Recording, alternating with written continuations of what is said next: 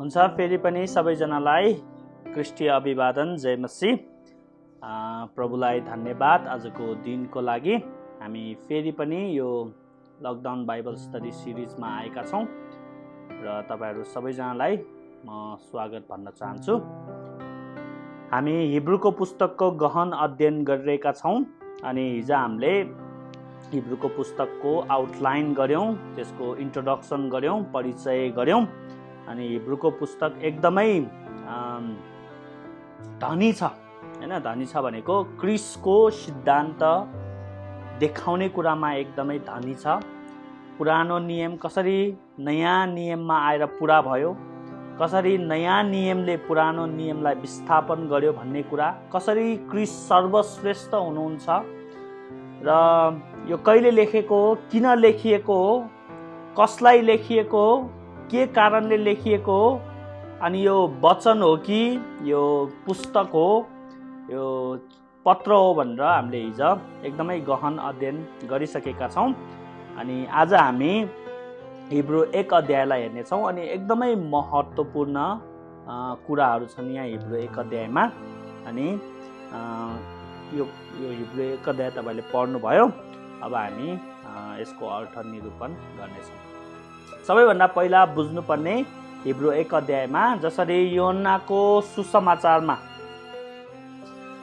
हेर्यौँ कि यूहन्ना 1 अध्यायले सबै जति पनि आउनेवाला छन् ती सबैको भाव र मर्मलाई प्रकट गर्दछ।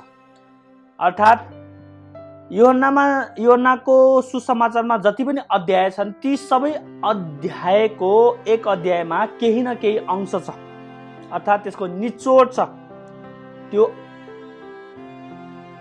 त्यो इन्ट्रोडक्सनमा 1 अध्यायमा त्यसको निचोड छ।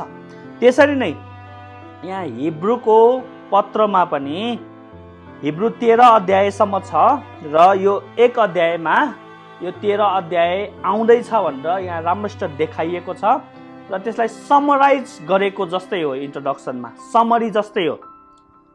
त्यही भएर यहाँ जति पनि हामीले यहाँ विषयवस्तुहरू पाउँछौँ क्रिसको बारेमा, यहाँ क्रिसको बलिदानको बारेमा, क्रिसको पुजारीगिरीको बारेमा, राजाको बारेमा, अगमवक्ताको बारेमा, ती कुराहरू अब अरू अध्यायहरूमा आउँदैछन् भनेर हिब्रूको लेखकले यहाँ देखाउनु भएको छ।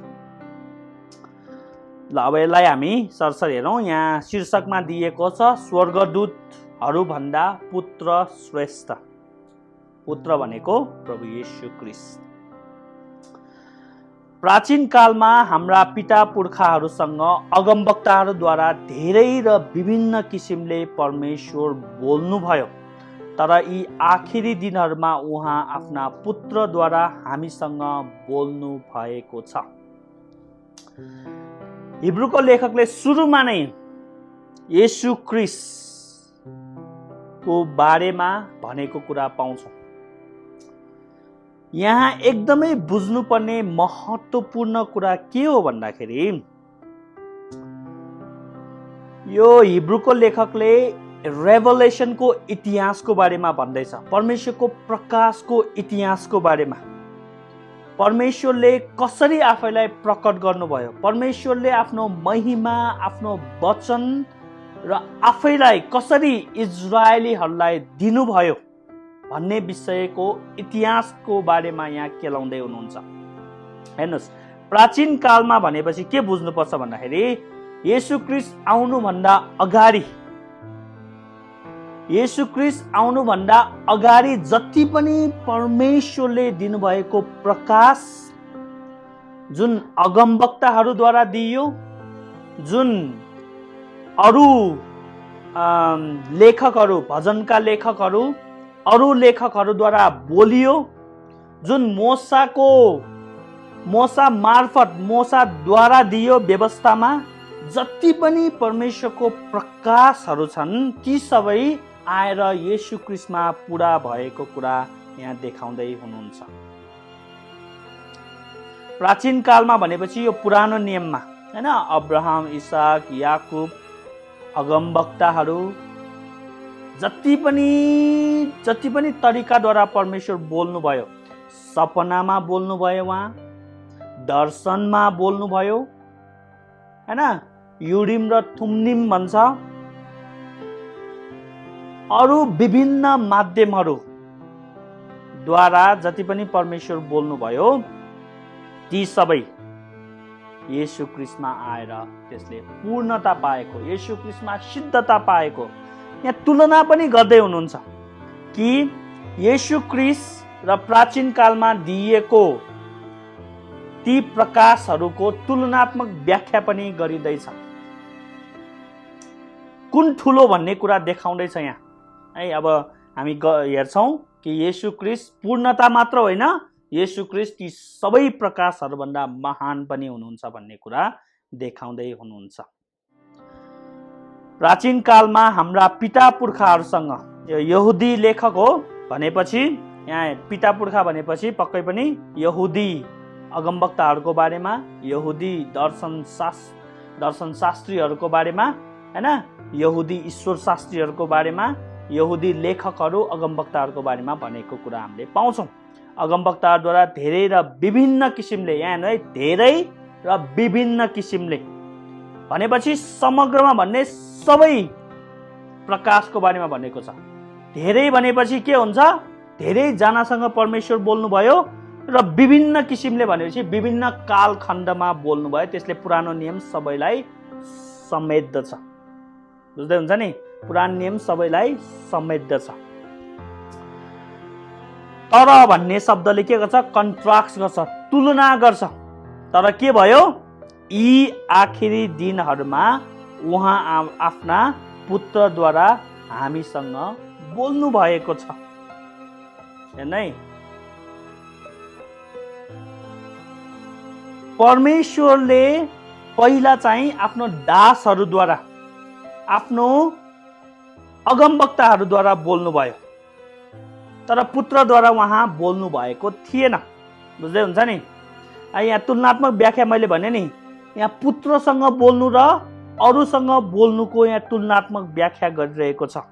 तर यी आखिरी दिनहरूमा भनेको येशू ख्रीष्ट क्रुसमा मर्नु भएपछि, उहाँ पुनरुत्थान भएपछि, उहाँ पिताको दायाँ हातमा बसेपछि जुन आखिरी दिन सुरु भयो, जुन एस्क्याटोलोजिकल एज भन्छ त्यसलाई, अन्तको दिन सुरु भयो, त्यहाँदेखि हो त्यहाँ चाहिँ उहाँले यी आखिरी दिनमा येशू ख्रीष्ट आफ्ना पुत्रद्वारा हामीसँग बोल्नु भएको छ।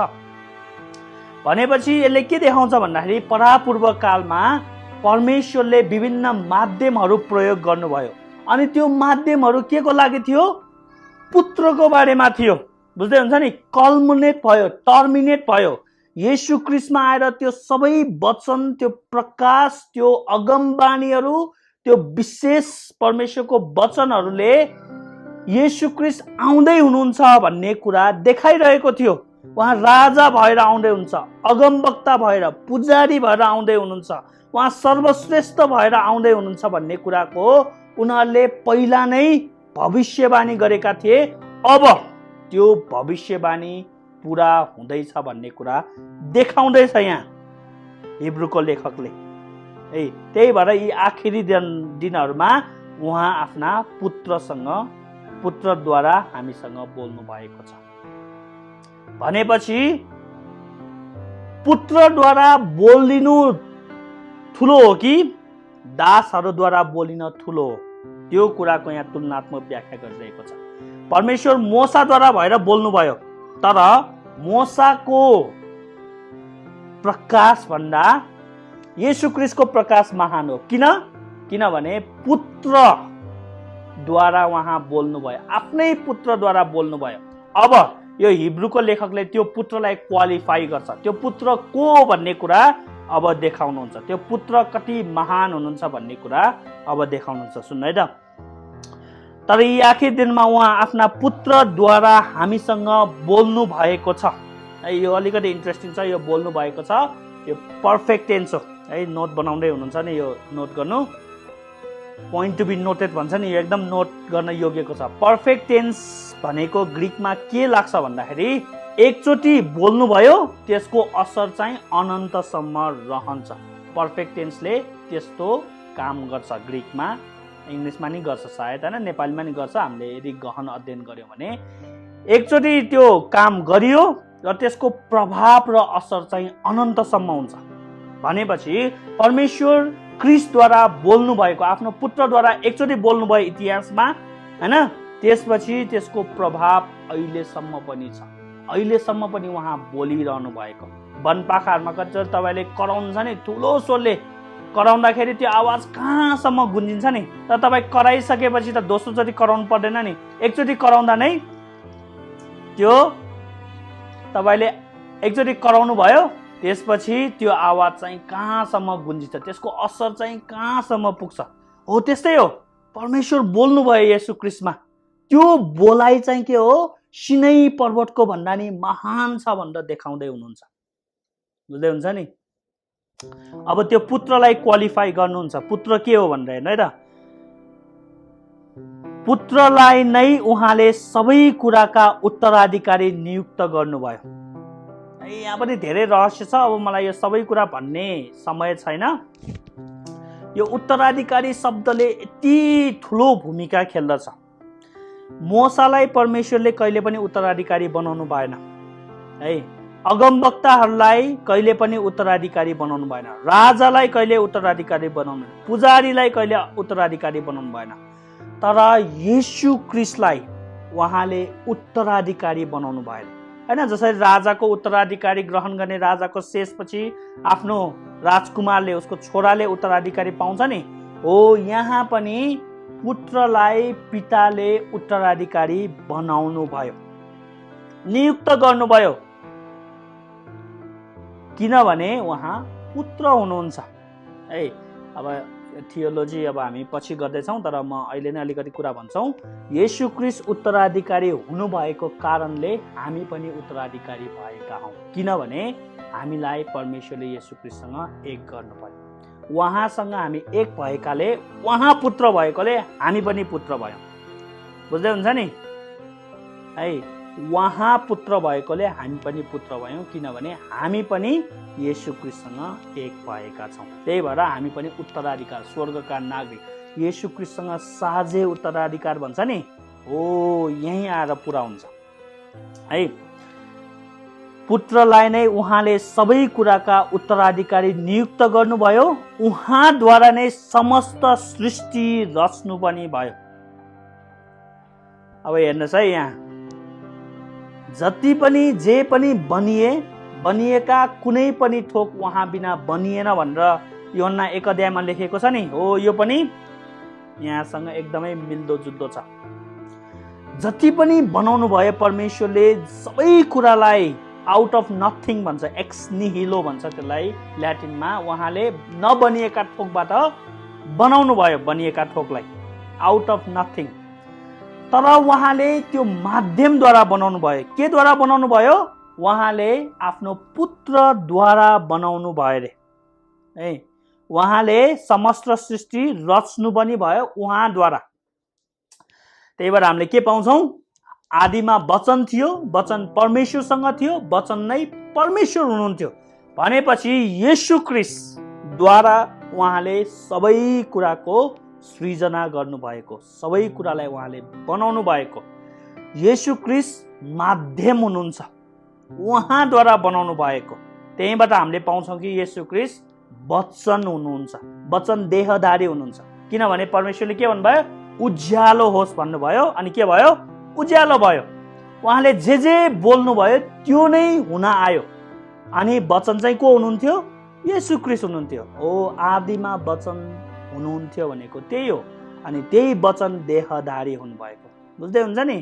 हिब्रूको लेखक र यूहन्नाको एउटै सुसमाचार, एउटै विचार, एउटै ईश्वर शास्त्र भएको हामीले पाउँछौँ। अनि यहाँ अर्को एकदमै महत्त्वपूर्ण कुरा छुटाउन नहुने चाहिँ के हो भन्दाखेरि यहाँ येशू क्रिस्टको ईश्वरत्वको बारेमा एकदमै राम्रोसित चित्रण गरिएको छ।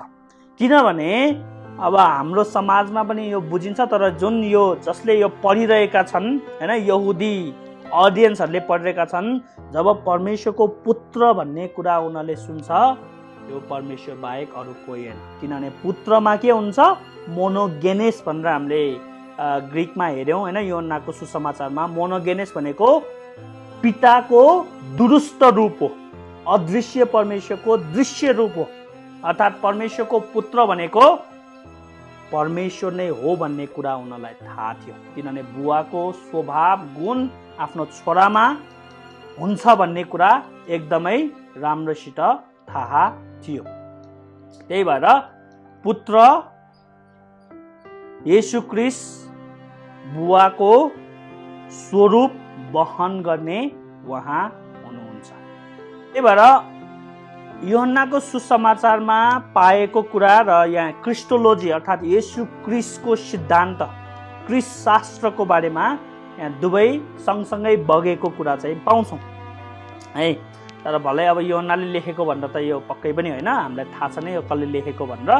तर हामीलाई के थाहा छ भने यो र अरू पुस्तकहरू, बाइबलका अरू पुस्तकहरू एउटै धारमा चाहिँ बगेको कुरा हामीले पाउँछौँ।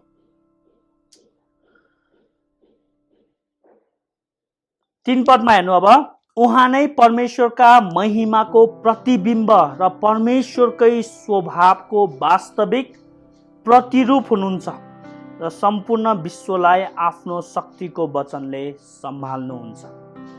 अब यहाँ धेरै धेरै धेरै धेरै कुराहरू छन् है, म केही मात्र भन्ने छु। यहाँ यति रहस्यको गहिराइमा लगेको छ हामीलाई त्यो हिब्रूको लेखकले। तर कन्टेक्स्ट नबिर्सिनु है, यो कन्टेक्स्ट के हो भन्दाखेरि पुत्रलाई क्वालिफाई गर्दै हुनुहुन्छ यहाँ। किनभने यहाँ अगाडि के भन्नुभयो, परमेश्वर आफ्नो पुत्रद्वारा बोल्नुभयो। अब त्यो पुत्र को हो भन्ने कुरा देखाउँदै हुनुहुन्छ, क्वालिफाई गर्दै हुनुहुन्छ। त्यो हो कन्टेक्स्ट। ओरिजिनल कन्टेक्स्टलाई नबिर्सनु। सरी, उहाँ नै परमेश्वरका महिमाको प्रतिबिम्ब र परमेश्वरको स्वभावको वास्तविक अर्थात् दुरुस्त प्रतिरूप हुनुहुन्छ भनेर यहाँ देखाइएको छ, लेखिएको छ। अब केही उदाहरण भनौँ, त्यसपछि अलिकति बुझ्नुहुनेछ। एउटा घटना पढेको थिएँ मैले। एउटा बुवा हुन्छ, त्यो बुवाले चाहिँ आफ्नो छोरीको विवाह गर्ने भनेर सोचिरहेको हुन्थ्यो। तर त्यो छोरी चाहिँ अलि उत्तौलो, अलि हिपहप पाराको होइन, मुन्द्रा लाएर हिँड्ने, नाइटोमा पनि जता पाए त्यतै मुन्द्रा लाएर हिँड्ने, त्यस्तो खालको, आँखामा पनि ओठमा पनि होइन, अलि हिपहप पाराको थियो। अलिकति के भन्छ त्यस्तै स्वभावको थियो।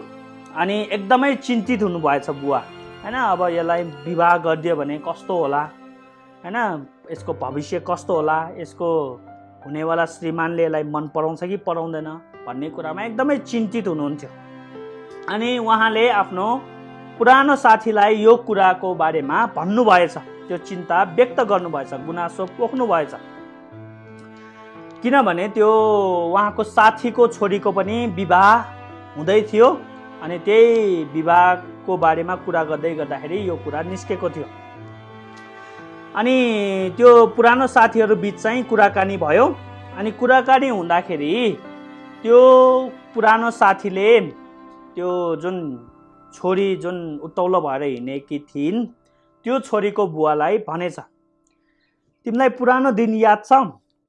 तिमी पनि त्यस्तै थियौ, तिमी पनि त्यस्तै थियौ, तिमी पनि मुन्द्रा लाएर हिँड्थ्यौ, एकदमै हिपहप भएर हिँड्थ्यौ, एकदमै उत्तौलो भएर हिँड्थ्यौ। सायद तिम्रो छोरीले तिमीबाट नै सिकेको हो, तिम्रो प्रतिबिम्ब हो तिम्रो छोरी। धेरै सबै कुराको नभए पनि यो स्वभाव चाहिँ तिम्रो छोरीमा सरेको हो, तिम्रै प्रतिबिम्बित रूप हो तिम्रो छोरी अहिले भनेको भनेर भने। अनि त्यो बुवा एकदमै अचम्ममा पर्नु भयो, किनभने उहाँले पुरानो कुरा बिर्सिनु भएको थियो। बुझ्दै हुन्छ नि, बुवाको स्वभाव छोरीमा प्रतिबिम्बित भयो है। तर यो नकारात्मक उदाहरण हो तपाईहरुलाई बुझाउनको निम्ति। यहाँ यस्तै हो, पिताको स्वभाव, पिताको प्रतिरूप, पिताको गुण येशू ख्रीष्टको शरीरमा प्रतिबिम्बित भयो। पिताको महिमा प्रतिबिम्बित भयो। येशू ख्रीष्टले जुन शरीर धारण गर्नुभयो, जुन शरीर धारण गर्नुभयो, त्यो शरीरको स्वभाव, गुण, चरित्र परमेश्वरको दुरुस्त प्रतिबिम्ब हो, स्वभाव हो। अर्थात् अर्को शब्दमा भन्नुपर्दा येशू ख्रीष्ट पितासँग जे छ, येशू ख्रीष्टसँग त्यही छ। त्यही भएर यूहन्नाको सुसमाचारमा हामीले हेर्यौं कि एकजना चेलालाई, फिलिपलाई हो के अरे हैन, येशू ख्रीष्टले भन्नुभयो यतिका बेरसम्म तिमी म तिमीहरूको साथमा भएर पनि अझै तिमीले पिता देखाइदेऊ भन्छ। जसले मलाई देखेको छ उसले पितालाई देखेको छ। येशू ख्रीष्ट अदृश्य परमेश्वरको दृश्य रूप हुनुहुन्छ। येशू ख्रीष्ट परमेश्वरको महिमा, वचन, प्रकाश, अगमबानी, सम्पूर्ण दर्शनहरूको प्रतिबिम्ब हुनुहुन्छ।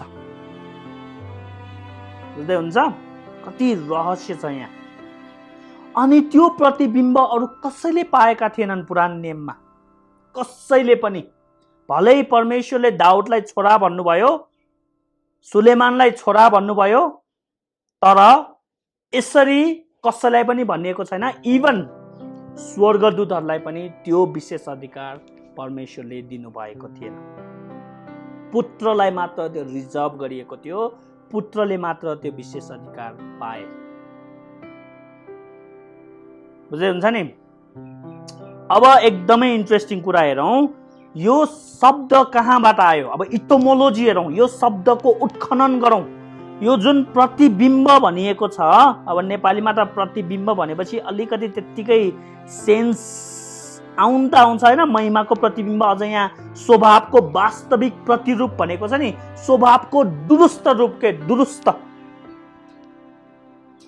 अब त्यो स्वभावको दुरुस्त रूप भनेको के हो, ग्रीकमा के अर्थ लाग्छ, यो पहिलो अडियन्सले के बुझे यो भन्दाखेरि त्यहाँको संस्कृति के हो, त्यहाँको कल्चर के हो, त्यो शब्दको इटोमोलोजी के हो, उत्पत्ति कसरी भयो, त्यो कुरालाई हेर्नु एकदमै इन्ट्रेस्टिङ छ। एकदमै ध्यान दिएर सुन्नु है। यो शब्दको उत्पत्ति कसरी भयो भन्दाखेरि परापूर्व कालमा यो हिब्रूको लेखकको समयमा, प्रेरितहरूको समयमा के गर्थ्यो भन्दाखेरि त्यति बेला हाम्रो प्रिन्टिङ प्रेस थिएन, हाम्रो जस्तो किताबहरू छाप्ने थिएन। किताबहरू छाप्ने त मार्टिन लुथरको समयतिर मात्र सुरु भएको। त्यति बेला के गर्थ्यो भन्दाखेरि कोइन बनाउँछ नि, जुन ध्याक हैन, पैसा बनाउँथ्यो नि। अब त्यसमा त त्यत्तिकै हैन खाली त राख्नु भएन, त्यसमा त केही राख्नु पर्यो नि, छाप्नु पर्यो नि, हो कि हैन। अनि उनीहरूले के गर्थ्यो, एकदमै फलामलाई तताउँथ्यो, अनि त्यहाँ के लेप लाउँथ्यो हैन। अनि त्यो लेप लगाएर त्यो कोइनलाई हैन तातो बनाएर त्यसमा ट्याप्पै ठोकिदिन्थ्यो, मोहर हैन। अब मोहर भनेको त्यो जे होस्, त्यो छाप चाहिँ ठोकिदिन्थ्यो। अनि के हुन्छ, यो यहाँ जे छ जस्ताको तस्तै दुरुस्त छाप बस्दैन। त्यो तातो हुँदाखेरि त्यसपछि सेलाएपछि त्यो यति जम्छ, त्यो एकदमै कडा हुन्छ, अनि त्यो पैसाको रूपमा प्रचलन गर्ने। अर्थात् सिजरको छाप लाउने हैन। राजा महाराजाले आफ्नो के भन्छ प्रशासनमा, आफ्नो देशमा पैसा चलाउन या अरू कुनै कामहरू गर्नको निम्ति त्यो अनुमति दिनको निम्ति त्यो छाप चाहिँ लगाउने चलन थियो। यो शब्दले यहाँ जनाउँछ, यसलाई देखाउँछ। बुझ्दै हुन्छ नि, शब्दको इतिहास कति महत्त्वपूर्ण छ, शब्दको स्टडी इटोमोलोजी कति महत्त्वपूर्ण छ भनेर यहाँ देखाउँछ है। यसलाई हाइपोस्टासिया भन्छ, दुरुस्त रूप।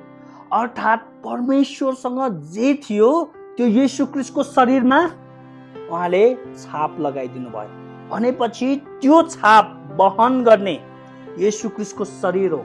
अर्थात् परमेश्वरको स्वभाव, गुण, चरित्र, महिमा सम्पूर्ण उहाँको स्वभाव येशू ख्रीष्टको शरीरमा, येशू ख्रीष्टको देहमा एकदमै राम्रोसित देखिन्छ। प्रतिबिम्ब मात्र होइन, यहाँ दुईटा कुरा भनिएको छ। एउटा चाहिँ प्रतिबिम्बित भयो अर्थात् ऐनामा उभिएर आफ्नै प्रतिबिम्ब देखिन्छ नि, आफ्नै हैन आफ्नै रूप देखिन्छ नि। हो, येशू ख्रीष्ट ऐनामा उभिँदाखेरि पिताको रूप देखेको जस्तो हो है। जसरी हामी परमेश्वरको स्वभावमा प्रतिरूपमा बनियो भनेर भन्छ नि, आफ्नै स्वरूपमा आफ्नै प्रतिरूपमा परमेश्वरले बनाउनु भयो भन्छ नि, त्यसरी नै येशू ख्रीष्ट ऐनामा उभिँदा आफ्नै पिताको प्रतिरूप देखेको जस्तो हो। बुझ्दै हुन्छ नि है।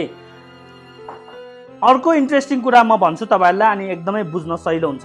आज यही क्रिस्टोलोजीको बारेमा मात्र गरौँ। तपाईले सूर्य ग्रहण देख्नु भएको छ होला, तर त्यतिकै आँखाले हेर्यो भने आँखा जल्छ हैन। अरू बेला नि जल्छ, सूर्यलाई हेर्यो भने ग्रहण लागेको बेलामा एकदमै डेन्जर हुन्छ। त्यही भएर चस्मा लाएर, एकदम कालो चस्मा लाएर हेर्नुपर्छ, त्यो पनि खतरनाक हुन्छ। तर एउटा एकदमै हेर्ने तरिका छ, यति राम्रोसित सफासँग जस्तो छ त्यस्तै दुरुस्त हेर्नको निम्ति चाहिँ के गर्छ वैज्ञानिकहरूले, एकदमै ठुलो हैन सूक्ष्मदर्शक यन्त्र भन्छ नि, माइक्रोस्कोप हैन, जस्तै त्यो के भन्छ ल्याबहरुमा हेर्छ नि ब्याक्टेरिया भाइरस तिनीहरूलाई हेर्ने हैन, यस्तै खालको एउटा हुन्छ टेलिस्कोप जस्तै। त्यसले के गर्छ भन्दाखेरि सूर्य ग्रहण लाग्दाखेरि आकाशमा त्यो सूर्यको फोटो खिच्छ त्यसले, अर्थात् भिडियो क्याप्चर गर्छ। त्यसपछि त्यो भिडियोलाई कुनै एउटा कागज या एउटा देखिने कुरामा त्यसको ठ्याक्कै एक्सपोज गर्छ, त्यसलाई बुझ्दै हुन्छ नि, एक्सपोज गर्छ कागजमा या अन्य कुनै सामानमा एक्सपोज गर्छ। त्यसपछि त्यसले के गर्छ, त्यो यति पावरफुल हुन्छ कि जस्तो सूर्य छ जस्तो छ त्यो लाइटलाई निकालेर त्यहाँ जस्तो ग्रहण लागेको छ त्यो ठ्याक्कै प्रतिबिम्बित गर्छ। अनि मान्छेले आफ्नो आँखाले मजासित त्यसलाई हेर्न सकिन्छ। एक्ज्याक्टली यस्तै भएको परमेश्वरको स्वभाव, परमेश्वरलाई भनौँ, परमेश्वरलाई येशू ख्रीष्टको शरीरमा प्रतिबिम्बित गर्नुभयो, पुत्रमा पिता प्रतिबिम्बित हुनुभयो। जस्तो छ दुरुस्त त्यही नै देखाइयो, त्यही स्वभाव उहाँले धारण गर्नुभयो। भनेपछि त्यो कागज चाहिँ के हो, जहाँ प्रतिबिम्ब त्यो येशू ख्रीष्टको शरीर हो, येशू ख्रीष्टको देह हो, त्यहाँ एकदमै प्रतिबिम्बित गरियो। अझै इन्ट्रेस्टिङ उदाहरण दिन्छ है, धेरै उदाहरण दियो भने यस्तो कुरामा बोल्नुभन्दा उदाहरण दियो भने धेरै बुझिन्छ। सरी, परापूर्व कालमा राजा महाराजाहरूले यो जब यो के भन्छ मैले अघि भने नि यो कोइन बनाउने त्यो विकास नभएको बेलामा, अब मानौ हामी बेबिलोनको कुरा गरौँ हैन, हामी के भन्छ येशू ख्रीष्टको पालोको कुरा गरौँ, त्यतिबेला राजा महाराजाहरूले आफ्नो चरित्र देखाउन चाहन्छ मानिसहरूलाई, आफ्नो प्रजाहरूलाई, म कस्तो छु भनेर हैन। अब बोलेर भन्दा पनि कतिचोटि यो चित्रले धेरै काम गर्छ नि, चित्रमा नम्रता एकदमै के भन्छ त्यो व्यक्तिको स्वभाव झल्किने गरी आर्टिस्टहरूले बनाउन सक्छ क्या हैन। तपाईँले मोनालिसा हेर्नु भने कति सुन्दर, कतिजना मान्छेहरू एकदमै दुष्ट हुन्छ, हिटलरको हेऱ्यो भने एकदमै त्यही अनुसारको चित्र बनाइन्छ, हिटलर देख्नसाथ रिस उठ्ने खालको। त्यसरी नै नम्रताको पनि चित्र बनाउँछ, चित्रले बोल्छ क्या हैन, चित्रले मान्छेको स्वभाव झल्काउने काम गर्छ। अनि त्यस्तै बेलामा एउटा महाराजाले चाहिँ आफ्नो जनतालाई आफू कस्तो छु भनेर चित्र मार्फत हैन, पोर्ट्रेट मार्फत आफ्नो स्वभावहरू देखाउन चाहे। अनि उसले चाहिँ धेरै एउटा सभामा चाहिँ आफ्नो चरित्रको बारेमा व्याख्या गरे, म यस्तो छु, म उस्तो छु, मैले यस्तो गरेको छु, उस्तो गरेको छु भनेर, ताकि त्यो आर्टिस्ट जसले यो चित्र बनाउँछ उसलाई चाहिँ आइडिया होस् कसरी बनाउनु पर्छ भनेर है। अनि चित्रमा धेरै सिम्बोलिजम हुन्छ, उसले पक्रिरहेको हैन, समातिरहेको उसको हैन पोस्चर, त्यो अब त्यो आफ्नै ठाउँमा छ। अनि धेरै व्याख्या गरेछ है। अनि त्यो कलाकारले हैन चित्र बनाएछ, अनि त्यो चित्र धेरै ठाउँमा आफ्नो हैन आफ्नो राज्यको धेरै ठाउँमा तासेछ, अनि मान्छेहरूलाई थाहा भयो यो कस्तो छ भनेर है, त्यो राजा महाराजा कस्तो हुनुहुन्छ भन्ने कुरा चित्रले बोले। त्यसपछि के भयो, यो अघि मैले भने नि यो प्रिन्टिङ, यो छाप लगाउने, कोइन बनाउने, यो सुरुवात भएछ है, यो सुरुवात भएछ। त्यसपछि के भयो, अब हैन यो अब ठ्याक्कै राख्न मिल्दैन। अब मानौँ कि त्यो भन्दा नि अझ राम्रो के हुन्छ, क्यामेरा आएछ भनौँ है, फोटो खिच्ने क्यामेरा, बुझ्दै हुन्छ नि, क्यामेरा आएछ, क्यामेराको आविष्कार भएछ भनौँ। त्यसपछि अब त्यो पोर्ट्रेट खिचिराख्न बनाइराख्नु परेन चित्र लेखकले।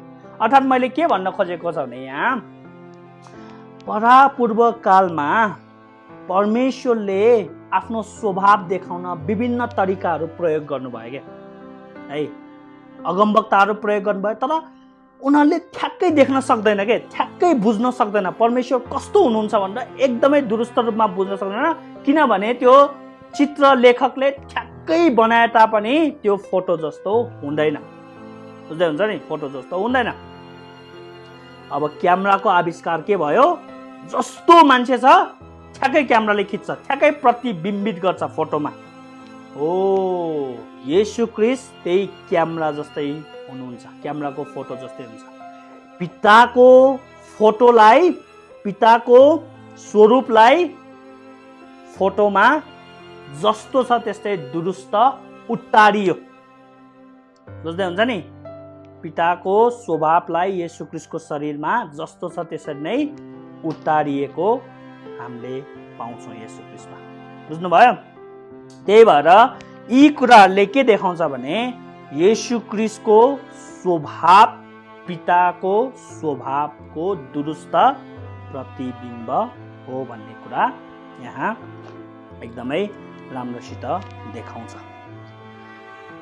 है। क्वालिफायर बुझ्नुभयो नि, येशू ख्रीष्टलाई कसरी क्वालिफाई गर्नुभयो यहाँ हैन। येशू ख्रीष्टलाई त्यत्तिकै भन्नु मात्र भएन, तर येशू ख्रीष्ट को हुनुहुन्छ, उहाँ कस्तो हुनुहुन्छ भन्ने कुरा राम्रोसित देखाइएको छ। त्यसैले हिब्रू 1 अध्यायमा हामीले के पाउँछौँ भन्दाखेरि येशू ख्रीष्टको ईश्वरत्व र येशू ख्रीष्टको मानवत्व जोडिएको कुरा, एउटा व्यक्तिमा आएर पुरा भएको कुरा हैन। यहाँ हाइपोस्टास्टिया भन्ने शब्द प्रयोग गरेको छ ग्रीकमा, त्यहीबाट हाइपोस्टास्टिक युनियन आएको। हाइपोस्टास्टिक युनियन भनेको येशू ख्रीष्ट मानव र शरीर एक हुनुभएको हैन। तपाईले मेरो फेसबुक पेजमा फोटो हेर्नुभयो भने the glory of the church is hypostatic union भनेर जोन ओवेनले भन्नुभएको कुरालाई मैले त्यहाँ राखेको छु। त्यही हो हाइपोस्टास्टिक युनियन भनेको हैन।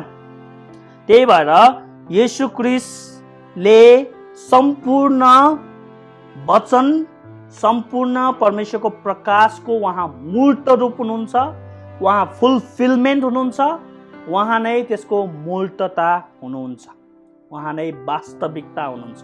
पुरानो नियममा छाया जस्तै हो, वास्तविकता हो। परमेश्वरले विभिन्न माध्यमद्वारा आफ्नो पोर्ट्रेट हैन ढल्मलिएको अलिअलि देखिने हैन त्यो पठाउनु भएको थियो विभिन्न माध्यमहरूद्वारा, तर पुत्रमा उहाँले आफ्नो दुरुस्त स्वभाव पठाउनु भयो र त्यो पुत्र नै उहाँको वास्तविक प्रतिबिम्ब हुनुहुन्छ। बुझ्नुभयो। 3 पदमा उहाँ नै परमेश्वरका महिमाको प्रतिबिम्ब र परमेश्वरकै स्वभावको वास्तविक प्रतिरूप हुनुहुन्छ र सम्पूर्ण विश्वलाई आफ्नो शक्तिको वचनले सम्हाल्नुहुन्छ है। सम्पूर्ण विश्वलाई, किनभने सृष्टिकर्ता उहाँ हुनुहुन्छ, उहाँ के पनि हुन्छ, पालनहार पनि हुन्छ। विश्वलाई सम्हालिराख्नु भएको छ, उहाँको सार्वभौमिक नियन्त्रण छ, सबै विश्वलाई थामिराख्नु भएको छ। कसले? येशू ख्रीष्टले, पुत्रले थामिराख्नु भएको छ। होइन, एकजना विद्वानले भन्नुभएको थियो मरियमको गर्भबाट जन्मेको जुन येशू ख्रीष्ट थियो, जुन दूधमा पस्रिनु भयो, त्यही दूधमा पस्रिनु भएको येशूले नै संसारलाई थामिराख्नु भएको थियो। संसारलाई उहाँले थामिराख्नु भएको थियो, किनभने संसार उहाँको, उहाँले बनाउनु भएको, उहाँको नियन्त्रणमा छ।